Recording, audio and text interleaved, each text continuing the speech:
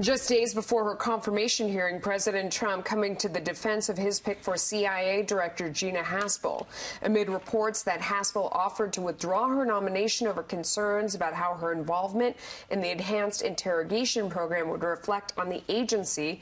President Trump attempting to bolster support, tweeting, "My highly respected nominee for CIA Director Gina Haspel has come under fire because she was too tough on terrorists." Think of that. In these very dangerous times, we have the most qualified person, a woman, who Democrats want out because she is too tough on terror. Win, Gina. Joining me now is Missouri Senator Roy Blunt. He is Senate Intelligence Committee member and Vice Chairman of the Senate Republican Conference. Sir, thank you so much for joining us. I don't know if you've heard the comments that are opposed to Gina Haspel, saying that this would be the first time the Senate ever approved someone who had an operational role in torture, and that would be a new low for the Senate. How do you respond to that? Well, I think Gina Haspel is the best prepared person ever to be nominated for this job. I think in the Oval Office, she would always be a fearless advocate for the facts. You've got to look really hard to come up with some reason why you wouldn't want this person to be confirmed to head the CIA.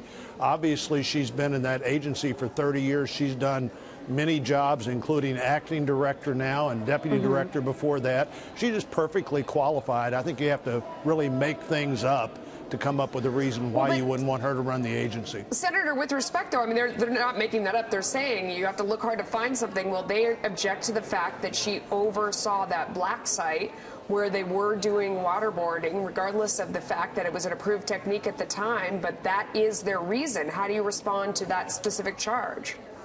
Well, I'm not sure how much of her background we'll be able to talk about in the open session. I hope a lot of her background will be able to talk about, because she's done a great job in the agency. In terms of the things that the CIA was told to do and told were legal to do at the time, that's, of course, what you'd expect the CIA to be able to do. I think she's actually, more than any other person that might be nominated, likely to ask the tough questions about, are you sure we've covered every base here? Are you sure that the Justice Department has come up with the right conclusion? Because that's exactly what the CIA was doing.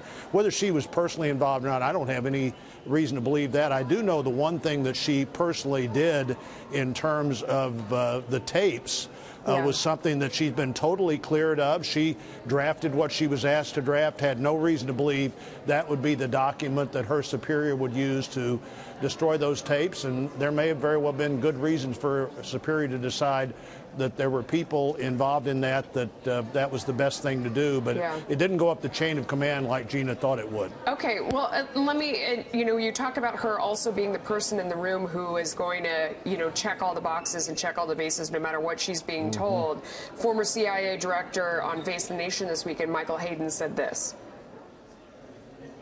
Gina Haspel is the one woman I want in that room when everyone else will be going into north-south Autobob and saying, "You're right, boss." Gina Haspel won't. She'll be dedicated. Yes, absolutely not. Does that sound like the woman you know?